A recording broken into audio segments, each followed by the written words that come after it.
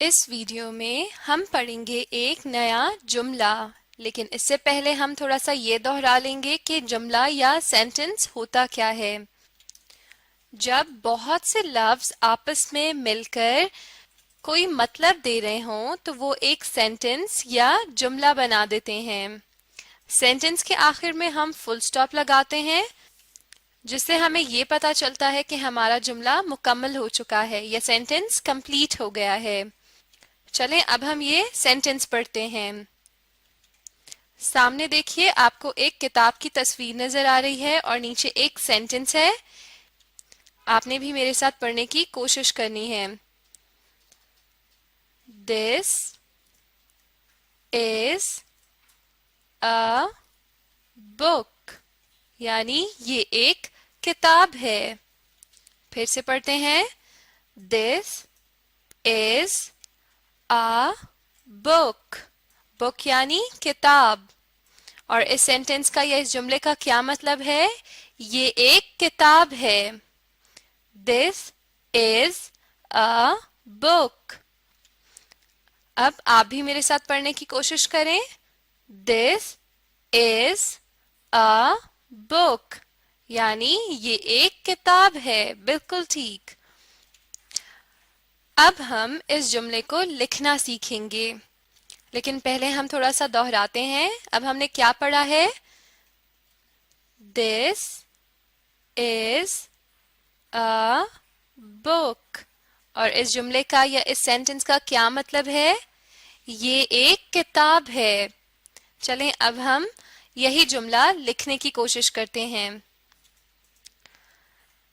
اوپر سے دیکھیں گے اور پھر نیچے دی ہوئی لائنز پر ہم لکھنے کی کوشش کریں گے۔ سب سے پہلے ہم کیا لکھیں گے؟ T H I S this T H I S this۔ اگلا ورڈ کیا ہے؟ is۔ اب ہم is لکھیں گے۔ I S is this is۔ اس کے بعد جملے میں کون سا لفظ ہے؟ This is a۔ چلیں ہم لکھتے ہیں a۔ This is a، اور پھر کیا ہے؟ book یعنی کتاب۔ اب ہم کیا لکھیں گے؟ book۔ چلیں لکھتے ہیں B O O K book۔ This is a book، یعنی یہ ایک کتاب ہے۔ اور جب جملہ مکمل ہو جائے یا ختم ہو جائے تو ہم اینڈ میں یا آخر میں ایک فل سٹاپ لگا دیتے ہیں۔ فل سٹاپ ایک نقطہ ہوتا ہے جس سے یہ پتا چلتا ہے کہ ہمارا جملہ مکمل ہو چکا ہے۔ This is a book، یعنی یہ ایک کتاب ہے۔ چلیں اب ہم ایک بار پھر سے لکھنے کی کوشش کرتے ہیں۔ آپ بھی اپنی کاپیز میں ساتھ میں لکھنے کی کوشش کریں۔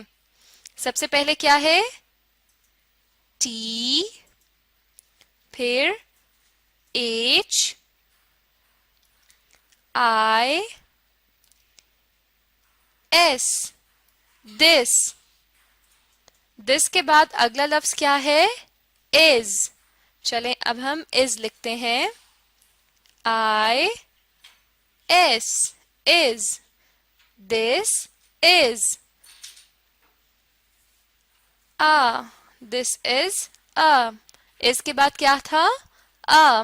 this is a، اور پھر آخری لفظ کیا ہے؟ book۔ this is a، اب کیا آئے گا؟ book۔ B O O K book۔ This is a book، یعنی یہ ایک کتاب ہے۔ اب ہمارا جملہ مکمل ہو گیا ہے۔ اب ہم ایک